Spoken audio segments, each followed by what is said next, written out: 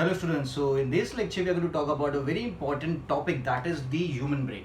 ठीक है, previous lecture में we talk about the nervous system, neurons की बात हो गई थी और मैंने आपको बता दिया था कि जो नर्वस सिस्टम है उसके दो इंपॉर्टेंट पार्ट्स है, एक तो पेरिफेरल नर्वस सिस्टम, दूसरा सेंट्रल नर्वस सिस्टम। और सेंट्रल नर्वस सिस्टम का एक part that is the nervous system, okay, neurons जो आपने था वो आप पढ़ चुके हो। तो आज के लेक्चर में we are going to talk about the brain. ठीक है, सो आज के लेक्चर में ब्रेन के बारे में बात करेंगे। Brain is a part of central nervous system. ठीक है, brain and spinal cord, I hope ये चीजें आपको याद है। सो सीएनएस में क्या आता है, ब्रेन एंड जो पीछे आपकी नर्व कॉर्ड होती है, रीढ़ की हड्डी में से जो पास होती है पीछे से। और दूसरा कौन सा सिस्टम था, PNS, that is the peripheral nervous system.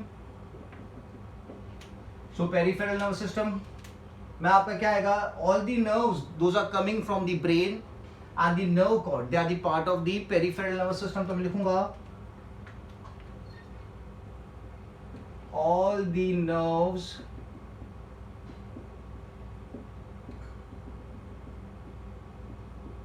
Coming out of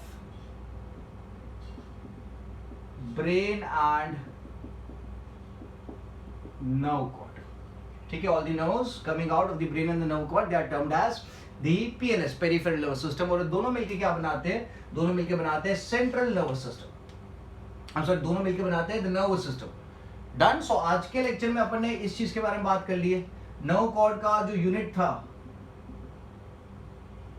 जो नर्व बनाता है, ठीक है, दैट इज द न्यूरॉन। तो आज के लेक्चर में बात करूंगा ब्रेन के बारे में। ठीक है, so brain is very important, I hope सबके पास है। काफी सारे पार्ट्स है ब्रेन के। तो अभी जो मैं डायग्राम यहाँ पे बना रहा हूँ, तो ब्रेन की अगर बात करते हैं तो इस तरीके से ये स्ट्रक्चर होता है। ये पार्ट इस तरीके का पोर्शन है ब्रेन के पास, ये पोर्शन है ब्रेन के पास। ठीक है, this is known as the right hemisphere, this is known as the left hemisphere. ठीक है, और ये दोनों एक दूसरे के साथ अटैच्ड होते हैं। This is the right hemisphere, this is the left hemisphere, और दोनों एक दूसरे के साथ क्या होता है, अटैच्ड होते हैं। तो जो डायग्राम मैं बनाऊंगा वो बाहर से नहीं है, वो अंदर की तरफ से। तो ये जैसे ब्रेन है ना, राइट हेमिस्फीयर, लेफ्ट हेमिस्फीयर, तो आपने ब्रेन को सेंटर से कट किया है और आप ब्रेन को अंदर की तरफ से देख रहे हो। You are looking at the brain from the inner side, not from the outer side. ठीक है, so brain is a very important structure, तो उसको काफी प्रोटेक्शन दी जाएगी। तो उसके ऊपर एक स्कल है ना, हड्डी है पूरी ऊपर की तरफ, और हड्डी के नीचे there are 3 layers of membrane. So before let's draw the diagram. तो डायग्राम बनाना कैसे, तो आप देख लो, मैं आपको सिंपल सा तरीका दिखा देता हूं। आप इस तरीके से पहले बनाओ।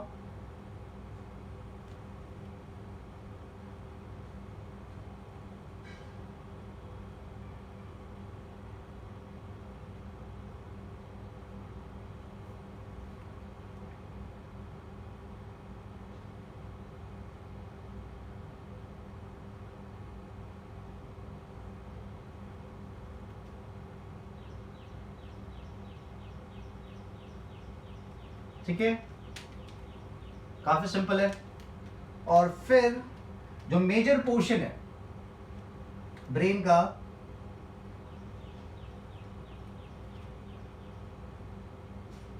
ठीक है, ये बन गया आपका मेजर पोर्शन।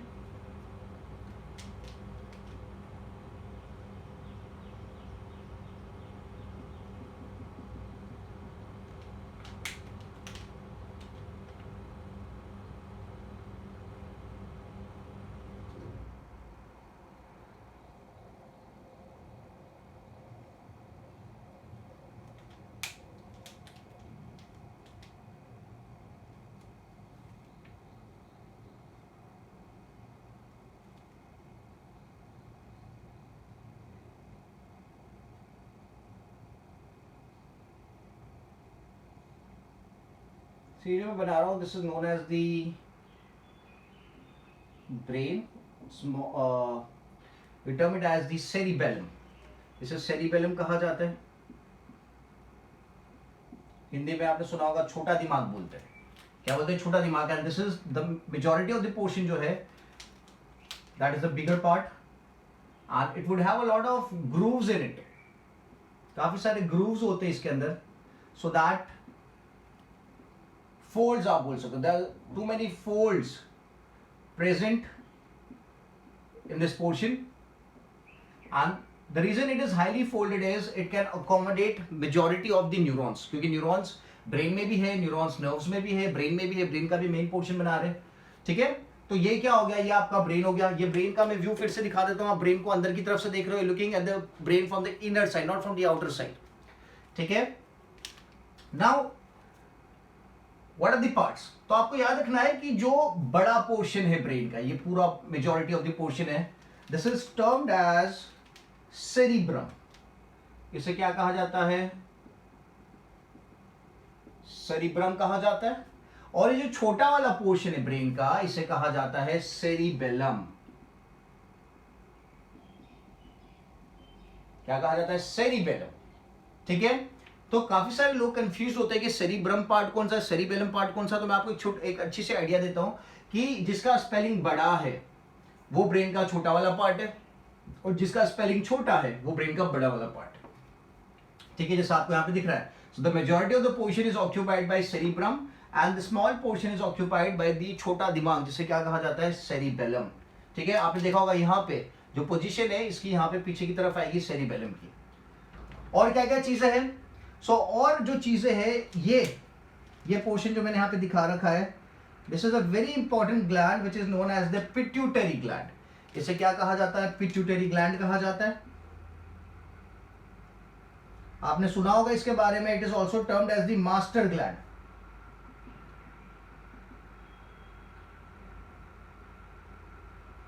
ठीक है, it is also termed as the master gland कहा जाता है।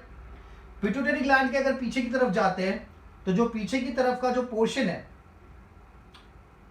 That is termed as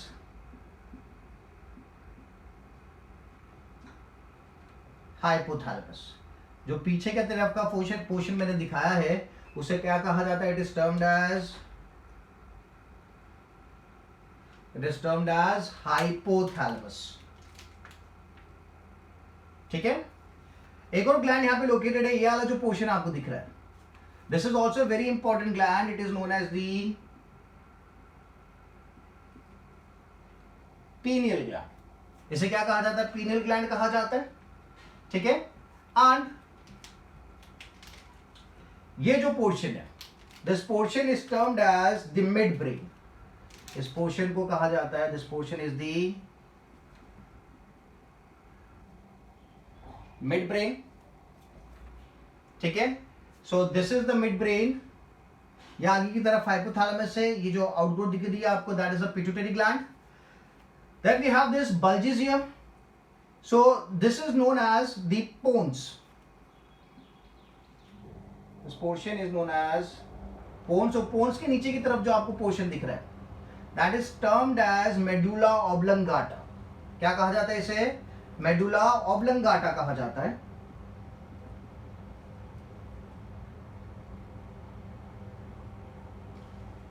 This is medulla oblongata। और फिर जो पोर्शन है पूरा, that is the nerve cord, that is the nerve cord। मतलब ब्रेन का जो एक्सटेंशन है ना। नर्व कॉर्ड भी क्या है, nerve cord is also the part of the brain, क्योंकि नर्व कॉर्ड भी न्यूरॉन से बनी हुई है और जो ब्रेन है वो भी न्यूरॉन से बना हुआ है, ठीक है। So pons, medulla oblongata and the cerebellum, अगर इन तीन चीजों को इंक्लूड करें, so they form the hind brain.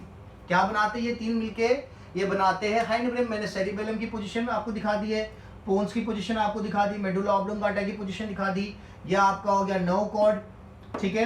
This is pituitary gland, this is hypothalamus, this is the midbrain, okay, and this bigger portion is the cerebrum, ठीक है।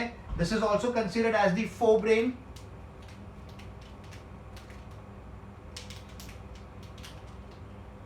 This is the forebrain, ठीक है। अब अगर brain को याद रखना है तो ब्रेन की जो लेबलिंग्स है आपको याद रखनी पड़ेगी, आपको ब्रेन का डायग्राम याद रखना पड़ेगा, क्योंकि कौन सी चीज कहां पे प्लेस्ड है आप डायग्राम के बेसिस पे ही पता लगा सकते हो कि यार पीनियल ग्लैंड की पोजीशन कहाँ है, पिट्यूटरी ग्लैंड की पोजीशन कहाँ पे।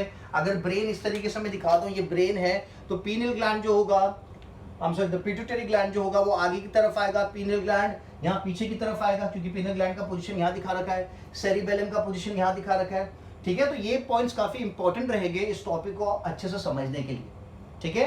सो पोन्स है, पोन्स के बाद मेडुला ऑब्लंगाटा है. So this is the diagram of the brain. अभी मैंने बोला है ब्रेन काफी इंपॉर्टेंट स्ट्रक्चर है, तो ब्रेन को प्रोटेक्शन दी जाती है. तो ब्रेन को कवर किया जाता है, पूरा ब्रेन जो है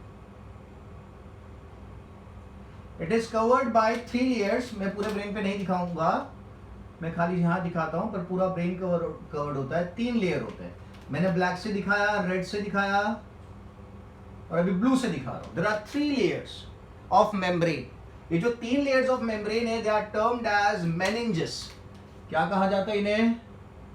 okay, let me cover it. These are termed as the meninges. So we have black, then we have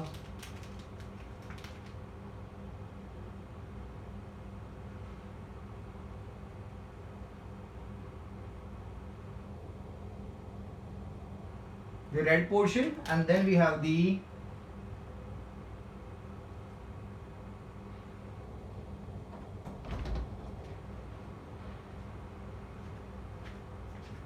blue portion. So 3 layers हो गए. तो जो 3 लेयर्स है, this are actually the membranes. ठीक है, और इन मेम्ब्रेन्स का नाम है, they are termed as meninges. क्या कहा जाता है इन मेम्ब्रेन्स को? 3 membranes.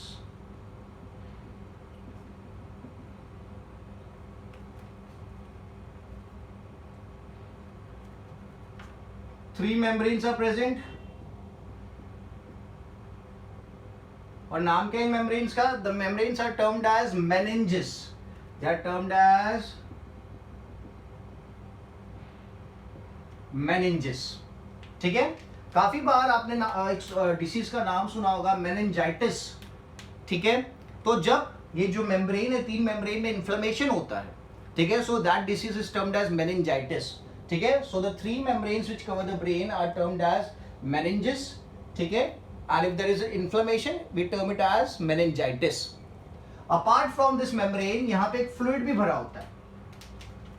There is the presence of the fluid. ठीक है, जो क्या करेगा? शॉक एब्जॉर्प्शन का काम करेगा. जो काम क्या करेगा? शॉक एब्जॉर्प्शन का काम करेगा. तो फ्लूइड भी भरा हुआ है, और ये फ्लूइड प्रेजेंट होता है नर्व कॉर्ड के सराउंडिंग में भी प्रेजेंट होता है, ब्रेन के सराउंडिंग में भी प्रेजेंट होता है. और इस फ्लूइड का नाम है सेरिब्रोस्पाइनल फ्लूइड. क्या नाम है फ्लूइड का? It is termed as cerebro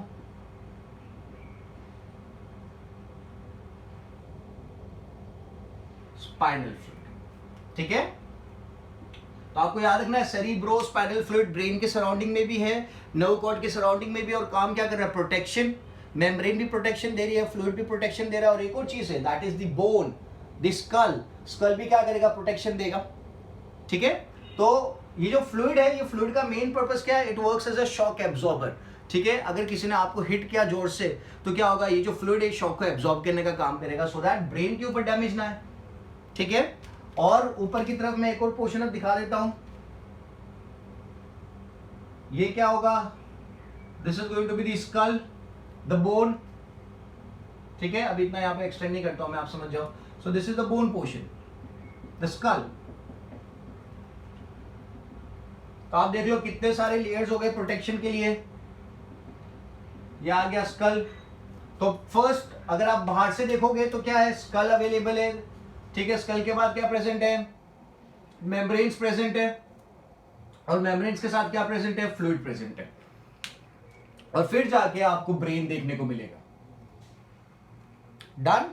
अच्छा, अभी मैंने बोला था कि ब्रेन के 2 पार्ट्स हैं, right hemisphere and the left hemisphere, और द राइट लोब और द लेफ्ट लोब. तो ये दोनों एक दूसरे के साथ कनेक्टेड है. तो जो कनेक्शन है दोनों ब्रेन के बीच में, यहाँ पे कोई कनेक्शन होना चाहिए ना, जिसकी वजह से दोनों अटैच रहेंगे. So that is known as corpus callosum. That attachment is known as corpus callosum.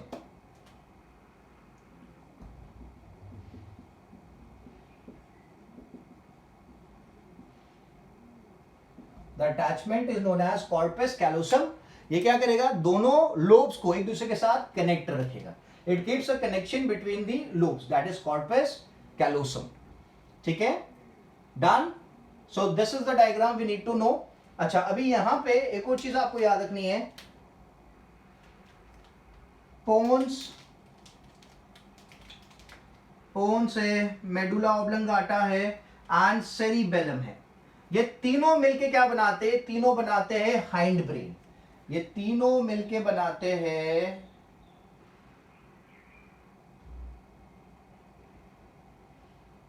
Hind brain. ठीक है, तो we have this forebrain के बाद आएगा आपका मिड ब्रेन के बाद आएगा hindbrain, that is cerebellum, pons and medulla oblongata. ये तीनों मिलके बनाएंगे हाइंड ब्रेन। ठीक है, पोन्स, मेडुला ऑब्लंगाटा और नर्व कॉर्ड को अगर कंसीडर किया जाए तो they form the brain stem, but आपने यही लिखोगे सो के। So I hope the diagram is very clear. Structures काफी फोल्डेड है so that it can accommodate higher amount of neurons. ठीक है, and this is the inner portion of the brain. मैं फिर से बता रहा हूं, ये बाहर की तरफ से आप नहीं देख रहे हो, आप अंदर की तरफ से देख रहे हो। आपने ब्रेन को कट कर दिया दो पार्ट्स में और फिर आप अंदर की तरफ ऑब्जर्व कर रहे हो, और दोनों पार्ट्स को एक दूसरे से कनेक्ट करने के लिए क्या चीज प्रेजेंट है? कॉर्पस कैलोसम प्रेजेंट है, जो दोनों लोब्स को एक दूसरे के साथ कनेक्टेड रखेगा। ठीक है, so this is the forebrain, this is the midbrain and cerebellum, pons and medulla oblongata मिलके क्या बनाते हैं? हाइंड ब्रेन बनाते हैं। ठीक है, pons and medulla oblongata are closest to the nerve cord.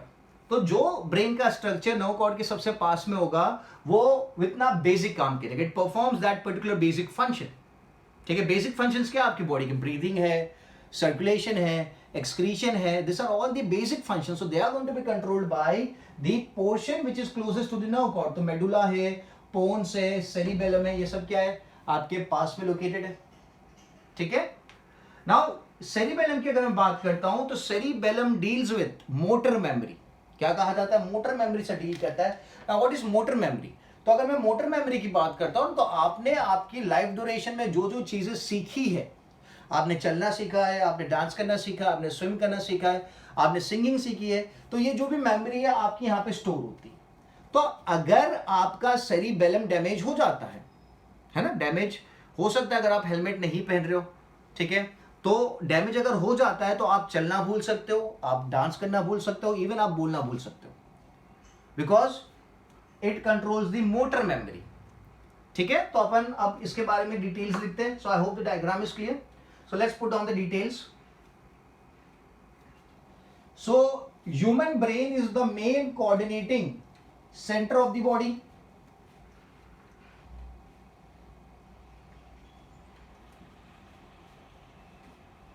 सही बोला मैंने? The human brain is the main coordinating centre of the body.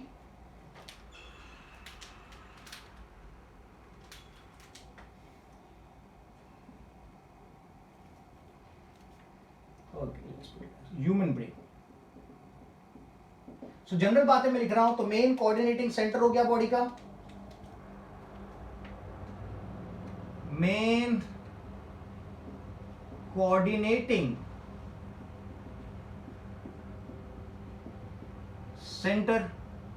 ठीक है, आप जो भी चीजें करते हो that is all because of the brain. आप कुछ सोचते हो then only you are able to do it, automatically चीजें नहीं होती ना। सो इसलिए it is the main coordinating centre. आपकी बॉडी आपके ब्रेन के साथ कोऑर्डिनेट करके काम करती है। फिर दूसरा पॉइंट क्या लिख सकते हैं? It helps the organism to think and take decision. ठीक है, helps to think and take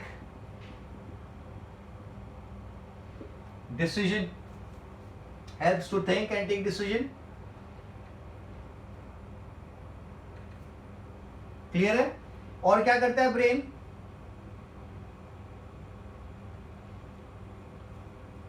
It gets the information from different parts of the body. It receives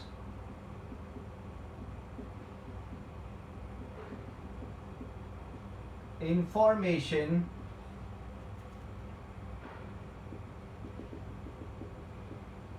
from different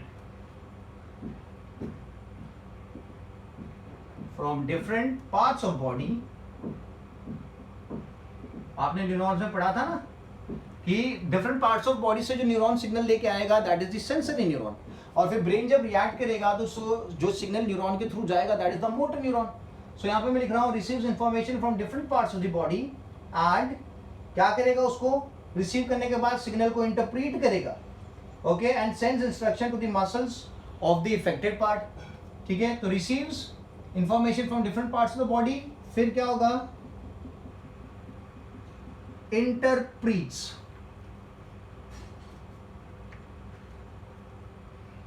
interprets signal and sends it back to effector organ, जहां पे requirement है वहां पे भेज देगा, ठीक है। तो ये बेसिक बातें हो गई ब्रेन के बारे में कि यार आपका पूरा कंट्रोल एंड कोऑर्डिनेशन कर रहा है, आपको it helps you to think and take decisions, ठीक है। it receives information from different parts of the body, और फिर क्या करेगा, उन information को interpret करेगा, interprets the information of the signals and sends back to the effector organ, ठीक है। clear है? so जैसे मैंने बताया there are 3 main regions of the brain. so we have 3 main reason, ठीक है। सो कौन से 3 मेन रीजन्स हैं, तो वो 3 मेन रीजन्स को अपन आज पढ़ लेते हैं। तो मैंने बता तो दिया था, it was the forebrain, it is the diagram में आपने फोरब्रेन देखा। Forebrain is actually the decision maker, the boss, जो भी डिसीजन लेने का काम होता है फोरब्रेन करता है। जैसा आप एमसीक्यू टिक कर रहे हो तो आपको लगता है कि यार ए टिक करना है, बी टिक करना है, सी टिक करना है, डी कौन सा टिक करना है, तो जो डिसीजन आप लेते हो कि नहीं सी इज द करेक्ट आंसर, तो उसको आप टिक कर रहे हो, तो that decision is taken by the forebrain. आप रोड क्रॉस कर रहे हो तो रोड क्रॉस करते टाइम लाइक कि रोड क्रॉस करना है या नहीं करना है, सो ये जो डिसीजन है that is going to be taken by the forebrain, ठीक है। इसलिए इसे क्या कहा जाएगा, द बॉस, ठीक है। तो 3 मेन रीजन जो ब्रेन के, एक तो हो गया आपका फोरब्रेन हो गया, फोरब्रेन के बाद क्या आ जाएगा, there is going to be midbrain, ठीक है। and then there is hind brain. So midbrain, hindbrain and forebrain are the main 3 parts of the brain. So let's discuss each of them. So forebrain की बात करते हैं तो forebrain में आपने देखा सबसे जो पोर्शन था that is cerebrum.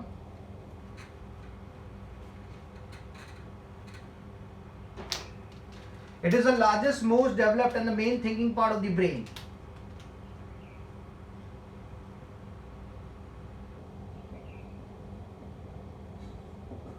ठीक है, तो क्या लिखेंगे, largest, most developed,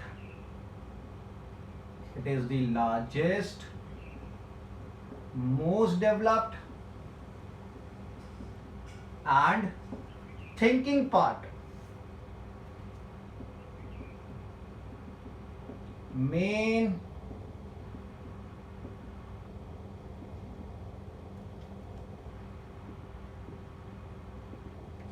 main thinking part of the brain, ठीक है।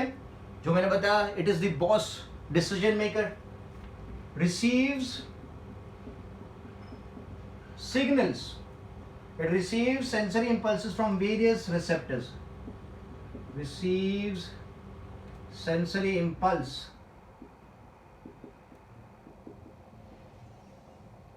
फ्रॉम वेरियस रिसेप्टर्स,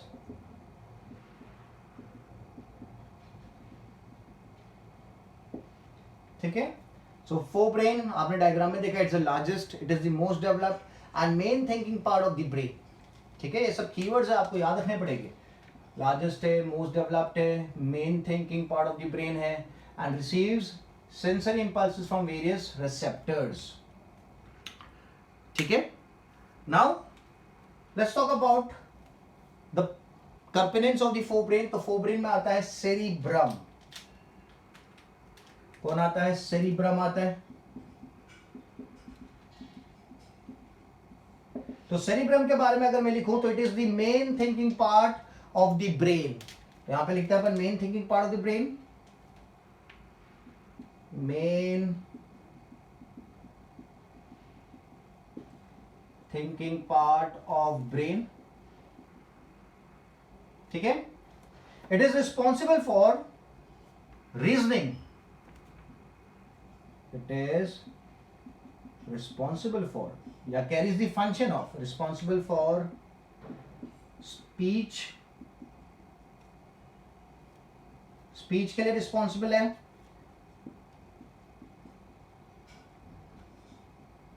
रीजनिंग के लिए रिस्पॉन्सिबल है, इंटेलिजेंस के लिए रिस्पॉन्सिबल है,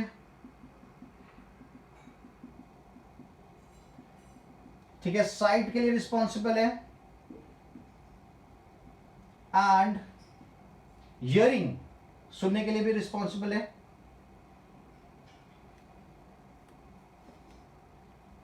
एंड यूजेज ऑफ इंफॉर्मेशन। जो नॉलेज आपके पास है उसका एप्लीकेशन कैसे करना है, जैसे मैंने आपको बताया आप एमसीक्यू टिक कर रहे हो तो आपको पता होना चाहिए ना कि आपने याद करा होगा तो ही आप टिक कर पाओगे। तो इसलिए मैं क्या लिख रहा हूं, यूजेज ऑफ इंफॉर्मेशन। जो नॉलेज आपके पास है, जो इंफॉर्मेशन आपके पास है, उसको किस तरीके से यूज करना है, that is going to be done by the cerebrum. ठीक है, तो क्या क्या कर रहे हैं, तो स्पीच में हेल्प कर रहा है, रीजनिंग में हेल्प कर रहा है, इंटेलिजेंस में हेल्प कर रहा है, sight, hearing and usages of information में काफी इंपॉर्टेंट रोल प्ले कर रहा है। ठीक है, अब सेरिब्रम के अंदर भी there are separate portions available. ठीक है, जो क्या करेंगे, there are separate portions available जो क्या करेंगे, इंफॉर्मेशन को इंटरप्रेट करेंगे by combining information from different receptors. ठीक है, तो सेरिब्रम भी फर्दर डिवाइडेड है, तो लिखता हूं मैं, there are separate areas of association, there are separate areas are separate areas of association किसके अंदर, सेरिब्रम के अंदर सेपरेट एरियाज ऑफ एसोसिएशन, जहां पे क्या किया जाएगा, where sensory information is interpreted, where sensory information, जो भी इंफॉर्मेशन आई डिफरेंट पार्ट से, is interpreted by combining, interpreted by combining the information from other receptors, the information from other receptors, as well as with the information that is already stored, as well as with the information that is already stored. कहां पे stored है, in the brain। ठीक है, तो यहां पे देखो काफी कॉम्प्लेक्स काम हो रहा है कि यार आपके जो सेरिब्रम है वहां पे सेपरेट एरियाज अवेलेबल है। ठीक है, देयर आर सेपरेट एरियाज जो क्या काम कर रहे हैं, areas of association where sensory information is interpreted by combining the information from other receptors as well as the information that is already stored in the brain। ठीक है, अभी इसका मैं आपको अगर एग्जांपल दूं तो लेट्स से किसी ने मुझे टच किया। ठीक है, सो टच क्या, that is the sensory information, वो मेरे ब्रेन के पास जाएगी। ओके, मेरा सेंसरी इंफॉर्मेशन क्या करेगा, जब ब्रेन के पास जाएगी तो ब्रेन उस इंफॉर्मेशन को इंटरप्रेट करेगा कि कहां पे टच किया, हाथ पे टच किया, पांव पे टच किया है या फिर पिंच किया है, और इंटरप्रेट करने के बाद वो क्या करेगा, दूसरी इंफॉर्मेशन कौन सी, जो उसके पास स्टोर्ड इंफॉर्मेशन है, उस इंफॉर्मेशन को यूज करेगा और बताएगा कि यार किसने टच किया है, किसने पिंच किया। जो भी XYZ बंदा है जिसको मैं जानता हूं पहले से, तो उसका नाम मेरे दिमाग में आ जाएगा कि यार इसने टच किया, इसने पिंच किया। तो एक तो सेंसेशन आ गया आपका, कौन सा, टच का सेंसेशन आ गया। ठीक है, फिर आप क्या करोगे, combining the information from other receptors, तो आपकी आइज के थ्रू आपने देखा उस चीज, उस बंदे को, तो उसका नाम आपके फिर दिमाग में आएगा, तो नाम दिमाग में आ रहा मतलब as well as the information that is already stored in the brain. तो ये तीनों चीजें मिलकर मुझे हेल्प करेगी कि यार ये बंदा कौन था, किसने मुझे पिंच किया है, और इसकी तरफ रिएक्ट किस तरीके से करना है, कि उसको फिर से पिंच बैक करना है या उसको पंच करना है या उसको कुछ बोल के भगा देना है आपको। ठीक है, सो ये जो कॉम्प्लेक्स एक्टिविटी है ये कहाँ पे, और ये सेरिब्रम के अंदर जो डिफरेंट एसोसिएशन एरियाज है वहां पे हो रही है। तो कौन से एसोसिएशन एरियाज है सेरिबेलम के अंदर, सॉरी सेरिब्रम के अंदर, देख लेते हैं।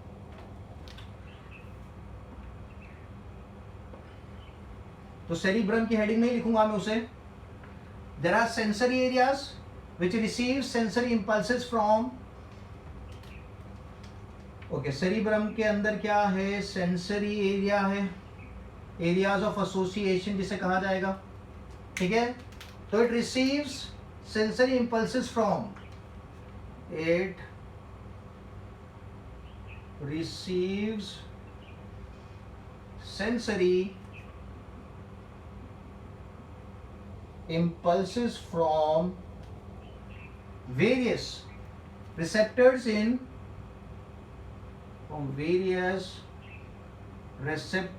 in, कहां पे होते हैं रेसेप्टर्स, स्किन में प्रेजेंट है, ठीक है। स्किन के साथ कहां प्रेजेंट है, मसल्स में प्रेजेंट है, आई में प्रेजेंट है, ईयर्स में प्रेजेंट है, and the nose, muscle, ear, eye and nose, ठीक है। तो सेंसरी एरिया जो सेरिब्रम के अंदर लोकेटेड है वो इंफॉर्मेशन या फिर इंपल्स को रिसीव करेगा, कहां से, from the skin, from the muscle, from the ears, eyes and nose. तो ये एक पोर्शन हो गया सेरिब्रम के अंदर। दूसरा पोर्शन कौन सा है, सो दूसरा पोर्शन है एसोसिएशन एरियाज। दूसरे पोर्शन का नाम है association area.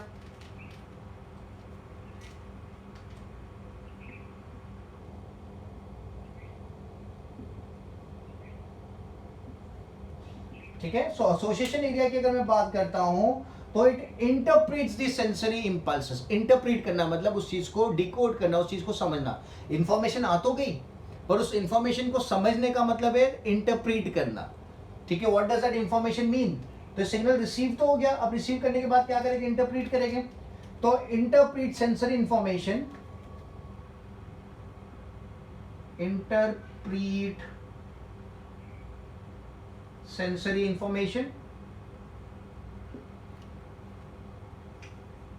information, by relating it to previous experiences, by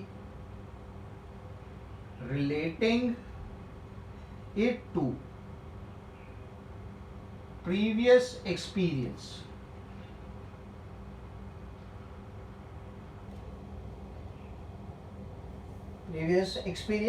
and information from other receptors, and information from other receptors, ठीक है। समझ में आ गया कि एसोसिएशन एरिया क्या करेगा, जो भी सिग्नल आया था उसको इंटरप्रेट करेगा, और फिर इंटरप्रेट करने के बाद क्या करेगा, जो relating it to previous experience and information from other receptors, उसके साथ कंबाइन करके रिएक्ट करने में हेल्प करेगा, ठीक है। फॉर एग्जांपल अगर आप कोई फिश को देखते हो तो आप फिश को देख के क्या रिएक्ट करोगे, आपका रिएक्शन नॉर्मल रिएक्शन होगा। बट आप सोचो कि आपके सामने आ जाता है लायन, तो आप क्या रिएक्ट करोगे।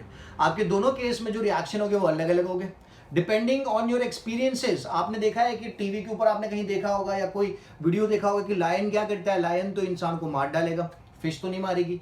तो ये एक्सपीरियंस आपने पहले ले रखा, आपने ऐसा कुछ देख रखा है, तो इसकी वजह से आपका जो ब्रेन है वो क्या आपको बोलेगा कि वहां से भागो, और आप भागने लगोगे, ठीक है। फिश को देख के आप थोड़ी भागोगे, फ्लावर्स को देख के आप थोड़ी भागोगे, क्योंकि आपका कोई ऐसा एक्सपीरियंस है ही नहीं फ्लावर के साथ कि फ्लावर ने आके आपको मार दिया, ठीक है।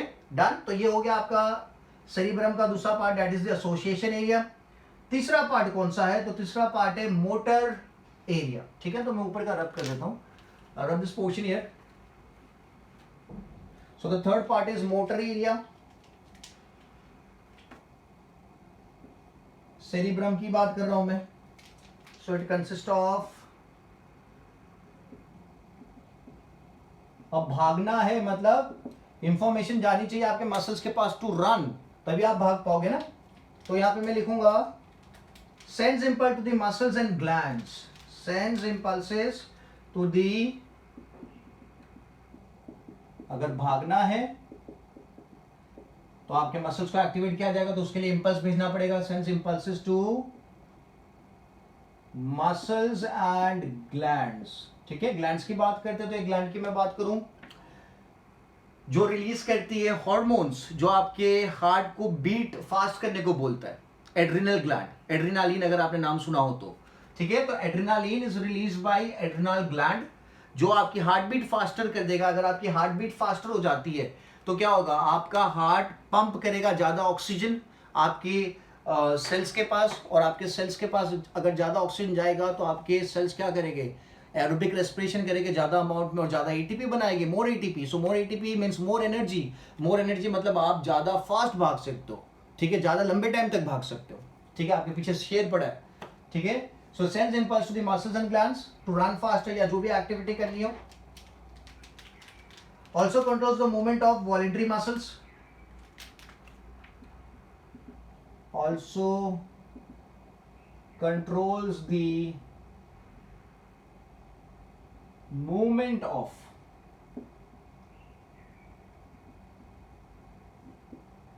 Voluntary muscles. Okay, voluntary muscles मतलब वो मसल्स जो आपके कंट्रोल में है। मेरे पाँव के मसल्स, मेरे हाथ के मसल्स, मैं बोल रहा हूं, मेरे मुंह में यहाँ पे काफी सारे मसल्स एसोसिएटेड है जो मुझे बोलने में हेल्प कर रहे हैं।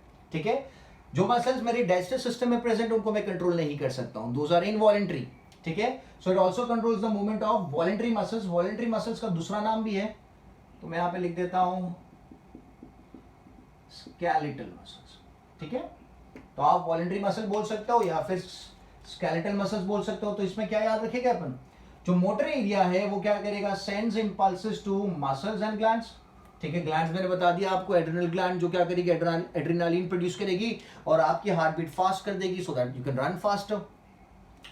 It also controls the movement of voluntary and skeletal muscles. ठीक है, सो यहाँ पे मैं काफी सारी चीजों को अंडरलाइन कर रहा हूं और काफी सारी चीजें मैं पॉइंट टू पॉइंट लिख रहा हूं। द रीजन इज ये सब इंपॉर्टेंट कीवर्ड्स है। काफी सारे बच्चे मुझे पूछे थे कि आंसर किस तरीके से लिखना है, तो आंसर किस तरीके से लिखना है, तो आंसर लिखते टाइम आपको कीवर्ड्स यूज करने हैं। You have to use the keywords. अगर आपने एक बड़ा सा पैराग्राफ लिख दिया, उस पैराग्राफ के अंदर कहीं पे भी आपने कीवर्ड्स यूज नहीं करे तो वो आंसर कोई काम का नहीं है, because all that is required to check the answer और to get marks are the keywords. ये जो भी चीजें मैं आप लिख रहा हूं कीवर्ड्स है, तो मेक श्योर आप कीवर्ड्स को लिखो। Without the keywords the answer कितना भी बड़ा आपने लिख लिया हो, answer is going to be useless. ठीक है, सो ये तीन एरियाज मैंने आपको बता दिए। किसके तीन एरियाज है, सेरिब्रम के तीन एरियाज मैंने आपको बता दिए। ठीक है, अब अपन बात कर रहे थे फोरब्रेन की, तो फोरब्रेन का एक दूसरा जो पोर्शन अवेलेबल है that is the olfactory lobe. Cerebrum is one of the portions of the forebrain which consists of three parts: motor area, sensory area and association area. अब दूसरा पोर्शन जो सेरिब्रम के साथ है that is the olfactory lobes. तो olfactory lobes देख लेते हैं।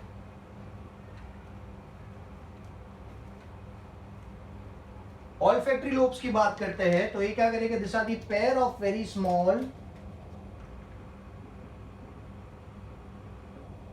olfactory lobe is the part of forebrain along with the cerebrum.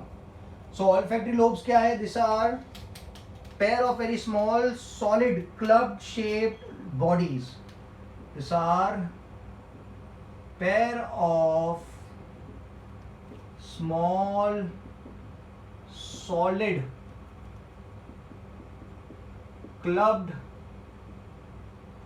Club shaped body. Club पता है ना, पत्ते खेलते हो तो उसमें क्लब वाला पत्ता आता है, club shaped body.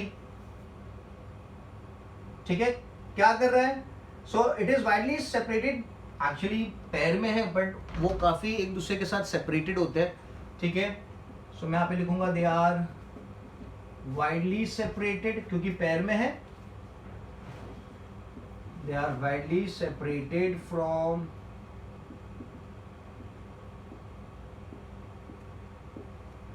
Each other. ठीक है, और क्या काम कर रहे हैं, किस काम में, तो this are responsible for detecting smell from different receptors. Smell is one of the important thing, it detect smells from, main काम क्या, detects smell from different receptors, ठीक है।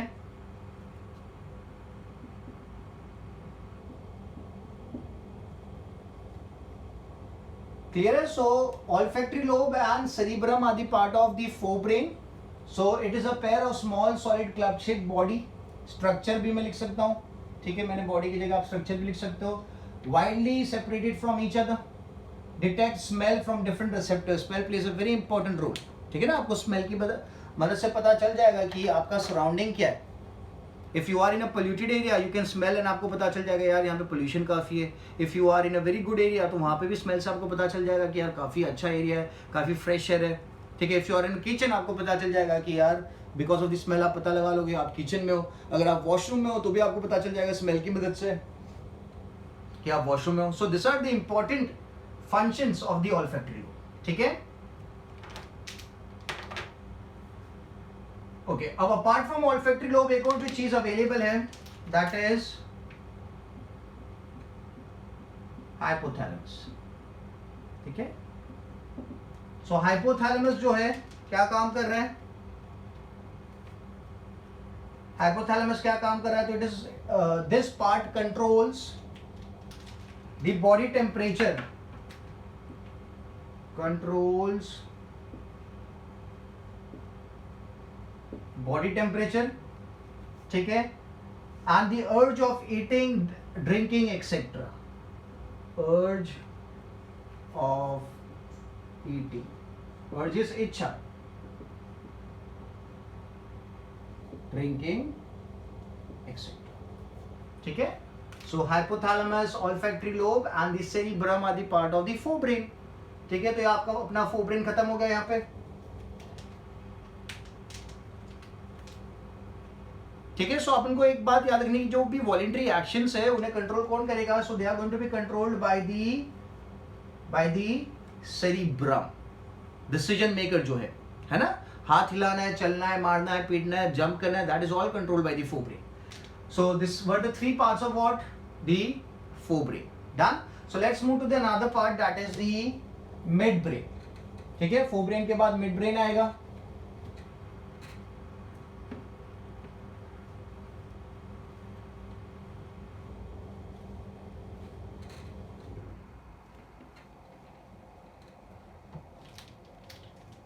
तो मिड ब्रेन की अगर बात करते हैं, नाम से आपको पता चल रहा है कि मिडल में है, प्लस आपने डायग्राम में भी देखा कि उसका एसोसिएशन फोरब्रेन, मिड ब्रेन और पीछे की तरफ क्या था? हाइंड ब्रेन था। तो यहाँ पे अपन एक पॉइंट डाल सकते हैं कि कनेक्ट कर रहा है किसको? फोरब्रेन और मिड ब्रेन को, सॉरी हाइंड ब्रेन को। मैं यहाँ पे फर्स्ट पॉइंट तो यही डाल दूंगा, it connects forebrain with hind brain, ठीक है। It connects forebrain with the hind brain, that is the part of ये मिड ब्रेन का काम है, ठीक है। Apart from this it controls the movement of head, controls the movement of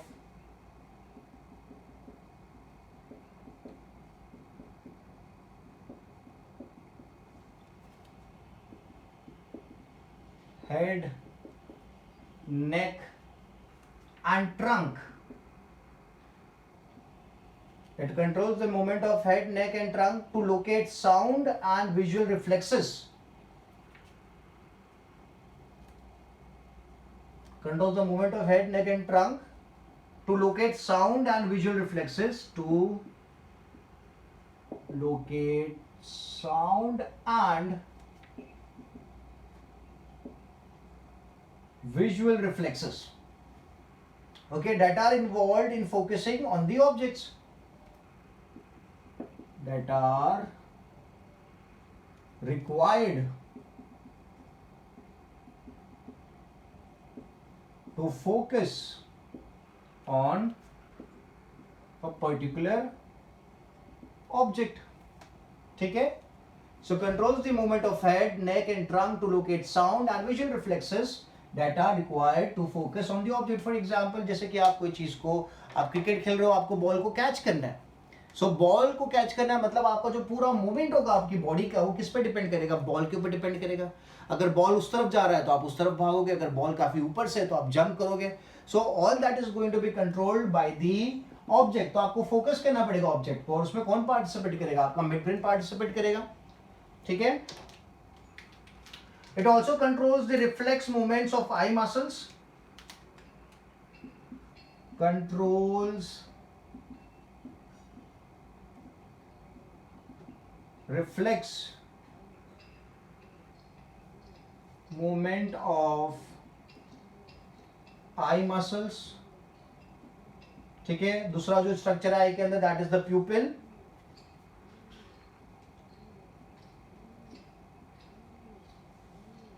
etcetera, ठीक है। प्यूपिल साइज आपको पता होगा, प्यूपिल जो होता है उसके साइज कंट्रोल कौन करेगा, मिड ब्रेन करेगा, ठीक है।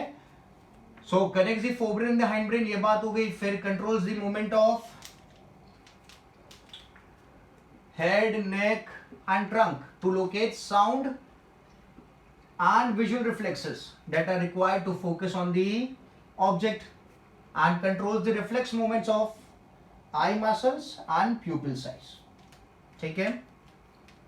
So this was about the midbrain. Midbrain के बाद क्या आता है, मिड ब्रेन के बाद आता है हाइंड ब्रेन, ठीक है। हाइंड ब्रेन के पार्ट्स कौन से आपको पता होना चाहिए अब,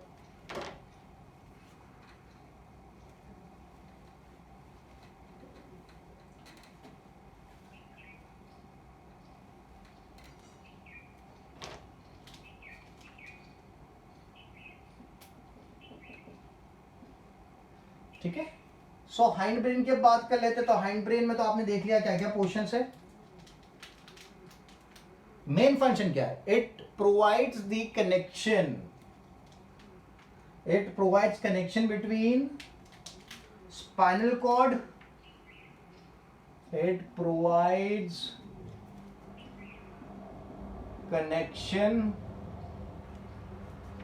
बिटवीन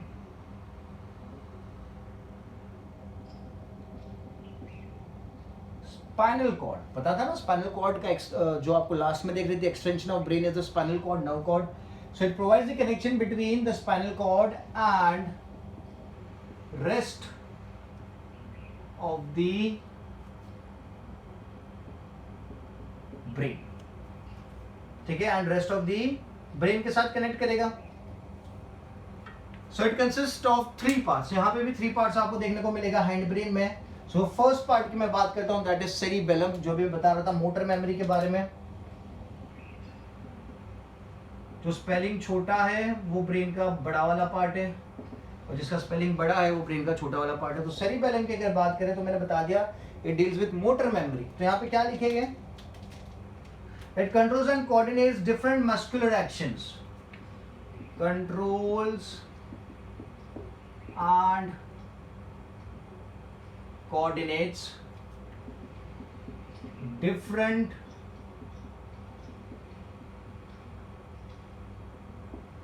muscular actions, ठीक है, जिसमें बता रहा था डांसिंग, स्विमिंग, ठीक है। It is responsible for precision of voluntary actions, मतलब जो भी आप वॉलंटरी एक्शंस अच्छे से कर पाते हो उसके पीछे सेरिबेलम रिस्पॉन्सिबल। तो क्या लिखेंगे, रिस्पॉन्सिबल इन, या फिर responsible for accuracy, precision in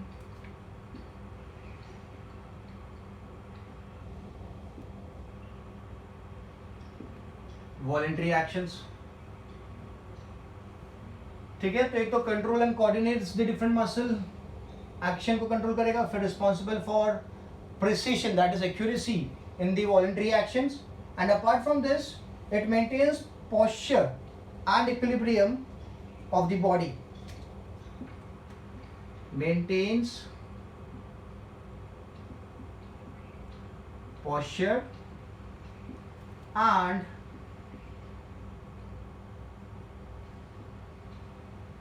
equilibrium of body during various activities, during various activities, ठीक है, such as walking, drinking,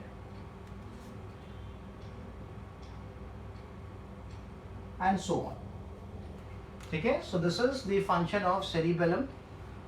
Controls and coordinates different muscle action, responsible for accuracy or precision in the voluntary action, and maintains posture and equilibrium. है ना, अगर आपका posture और equilibrium maintain नहीं रहेगा तो आप गिर जाओगे, आप erect खड़े नहीं रह पाओगे, ठीक है. So these are some of the functions of cerebellum. Now moving to the another part, pons. So pons की अगर बात करते हैं, it lies about the medulla, ये आपने डायग्राम में देख लिया, ठीक है, and takes part in respiration. So pons की बात करें तो मैं लिखूंगा found about the medulla, it lies about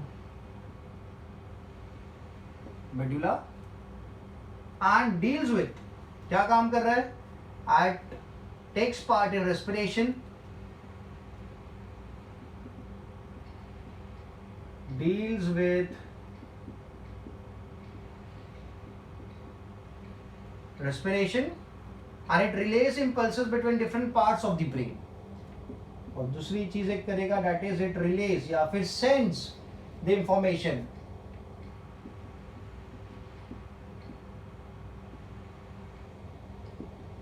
to different parts of brain, ठीक है. तो पोन्स का काम है, लिख दिया कि यार मेडुला के ऊपर की तरफ लोकेटेड है. मेन जो काम है दैट इज रेस्पिरेशन, और दूसरा जो काम है that is to transfer information to different parts of the brain, ठीक है. जो भी इंफॉर्मेशन आ रही है नर्व कॉर्ड के थ्रू पोन्स के पास, पोन्स क्या करेगा, उसको डिस्ट्रीब्यूट कर देगा. जैसे कि लेट्स से ये पोन्स है, अगर मैं इसको कंसिडर करूं आपके वाईफाई के साथ, तो आपके घर में काफी सारे मोबाइल है, ठीक है. तो किसी के मोबाइल में फेसबुक चल रहा है, तो इंटरनेट से जो भी इंफॉर्मेशन आएगी फेसबुक की, वो भेजेगा किसको, जो बंदा फेसबुक यूज कर रहा है उसके मोबाइल पे. कोई बंदा अपने मोबाइल पे क्या खेल रहा है, पबजी खेल रहा है, तो वाली इंफॉर्मेशन जो है इंटरनेट से आएगी किसके पास, ये क्या चीज होगी, राउटर, ठीक है. राउटर जो होता है ना आपका वाईफाई का राउटर, उसके पास आएगी, और फिर राउटर क्या करेगा, उस इंफॉर्मेशन को उस मोबाइल पे सेंड कर देगा. तो उसी तरीके से पोन्स क्या कर रहा है, नर्व कॉर्ड के थ्रू जो भी इंफॉर्मेशन आएगी उस इंफॉर्मेशन को ब्रेन के पर्टिकुलर पोर्शन के पास भेज देगा, ठीक है. तो आप बोल सकते हो pons is actually the router, just for the understanding, ठीक है. और लास्ट पोर्शन कौन सा है, medulla oblongata.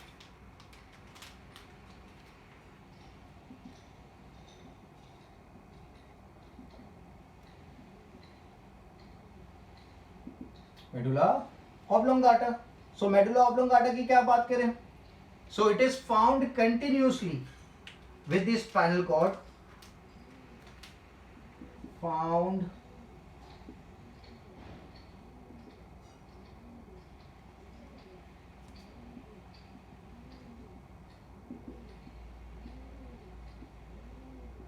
with the spinal cord, ठीक है. It controls involuntary actions such as, it controls involuntary मतलब आपके जो कंट्रोल में नहीं है, controls involuntary actions such as breathing,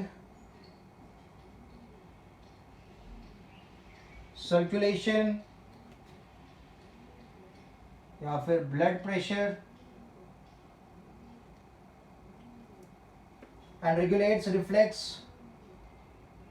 responses like salivation, reflex responses like salivation and vomiting, ठीक है. वॉमिटिंग भी एक रिफ्लेक्स है, इसको याद रखना आप. सो सलाइवेशन, आप खाना देख के आपके मुंह में पानी आता है, सलाइवा आता है, that is controlled by medulla oblongata, ठीक है. और आपको कोई चीज़ आपने खा ली विच इज़ बासी आपने कंज्यूम कर ली, तो उस केस में आपकी बॉडी क्या करेगी, उसको अपनी सिस्टम से बाहर निकाल देगी। कैसे बाहर निकालेगी, तो वॉमिटिंग के थ्रू बाहर निकालेगी। तो vomiting is also controlled by medulla oblongata. ठीक है, simple and easy. So now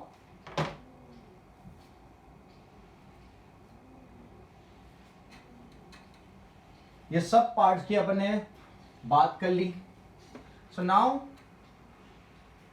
major functions अगर देखें या फिर इन जनरल देखें तो major functions of human brain.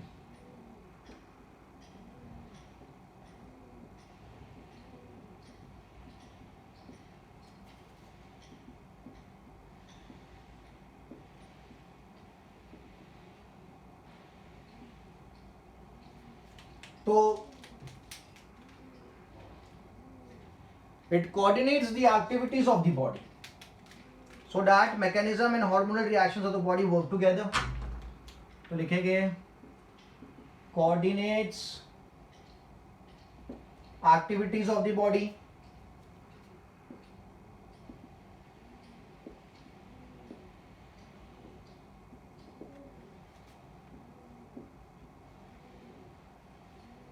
ठीक है, so that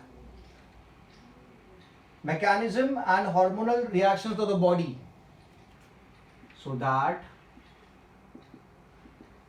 आपकी बॉडी में जो वेरियस एक्टिविटीज हो रही है, various mechanisms and hormonal activities or the hormonal reactions of the body work together.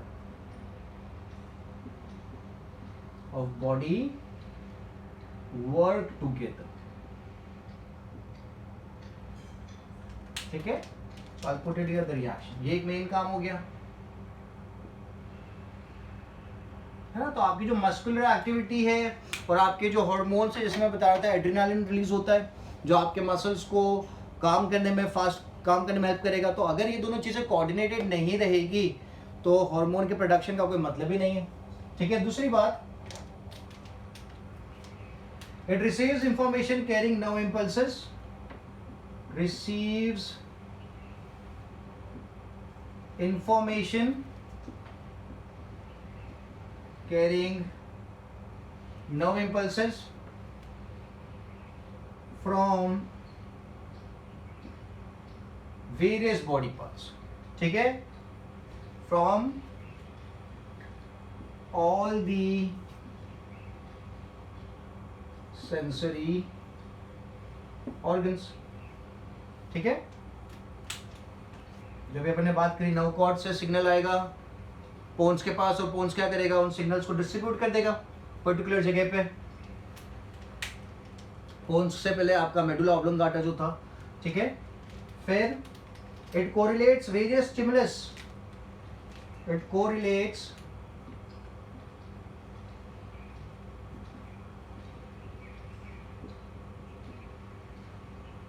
various stimulus from different sense organs and produces appropriate signals from various sense organs और फिर क्या करेगा, and produces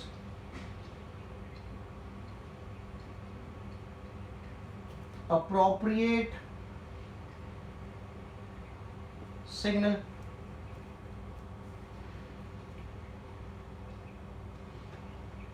या फिर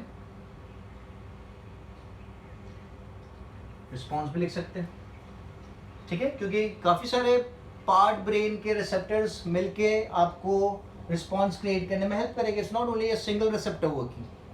आप कोई चीज़ को देखोगे तो देखा, क्या चीज़ देखी आपने, उसको इंटरप्रेट तो करना पड़ेगा ना, और फिर उसके सामने रिएक्ट कैसे करना है, तो that is also going to be interpreted by the brain. तो lot of sense organs are going to participate. ठीक है, और क्या लिख सकते हैं, it responds, I wrote this down,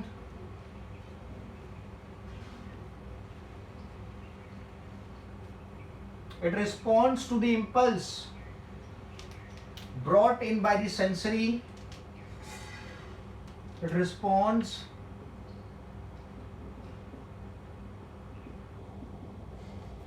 to impulse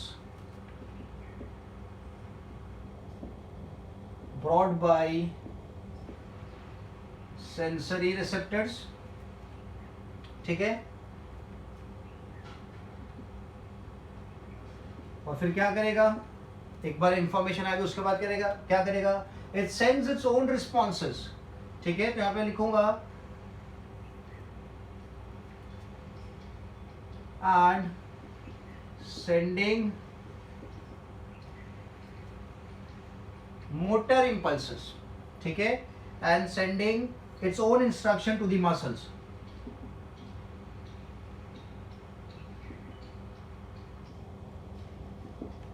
instructions to the muscles, जो भी रिएक्ट करना होगा उस पर्टिकुलर सिग्नल के ऊपर, सेंसरी रिसेप्टर से जो सिग्नल आया उसके ऊपर जो भी रिएक्शन आएगा वो मसल को इंस्ट्रक्शन भेजेगा दिमाग, ठीक है। और ग्लैंड्स को भी भेजेगा, muscle and glands to react accordingly, ठीक है। और लास्ट अगर देखें, so that is it stores information, जो सबसे इंपॉर्टेंट बात है ना, बिना इंफॉर्मेशन के तो आपका ब्रेन कुछ काम का ही नहीं है। तो क्या लिखे, it stores information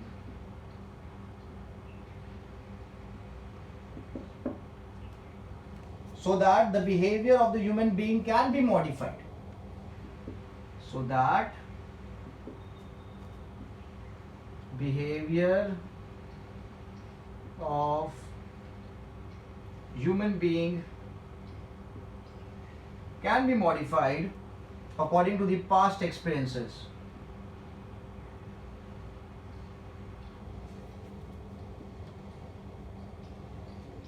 according to past experiences, ठीक है। तो वो जो मैंने लायन और फ्लावर वाली बात बोली थी वो यहाँ पे एप्लीकेबल है ना। जैसे कि आप अभी एग्जाम देते हो तो आपको एग्जाम देने का पैटर्न पता है, तो आप पैनिक नहीं करोगे क्योंकि आपको पास्ट एक्सपीरियंस है एग्जाम देने का। अगर आपको पास्ट एक्सपीरियंस नहीं होता और आप एग्जाम देने बैठ जाओगे तो आप पैनिक करोगे। तो यहाँ पे जो इन्फॉर्मेशन स्टोर है आपके ब्रेन में पास्ट एक्सपीरियंसेस के थ्रू, वो इन्फॉर्मेशन आपको हेल्प करेगी so that you can fill up the paper और the details required in the paper, ठीक है।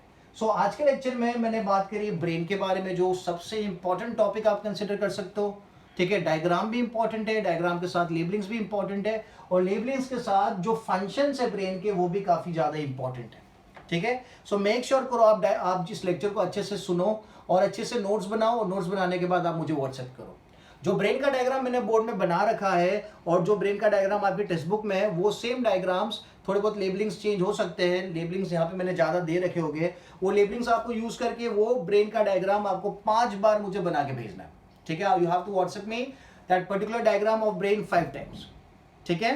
क्लियर है? So I keep this much for the lecture. In the next lecture will move ahead and talk about new details regarding the chapter. Thank you so much.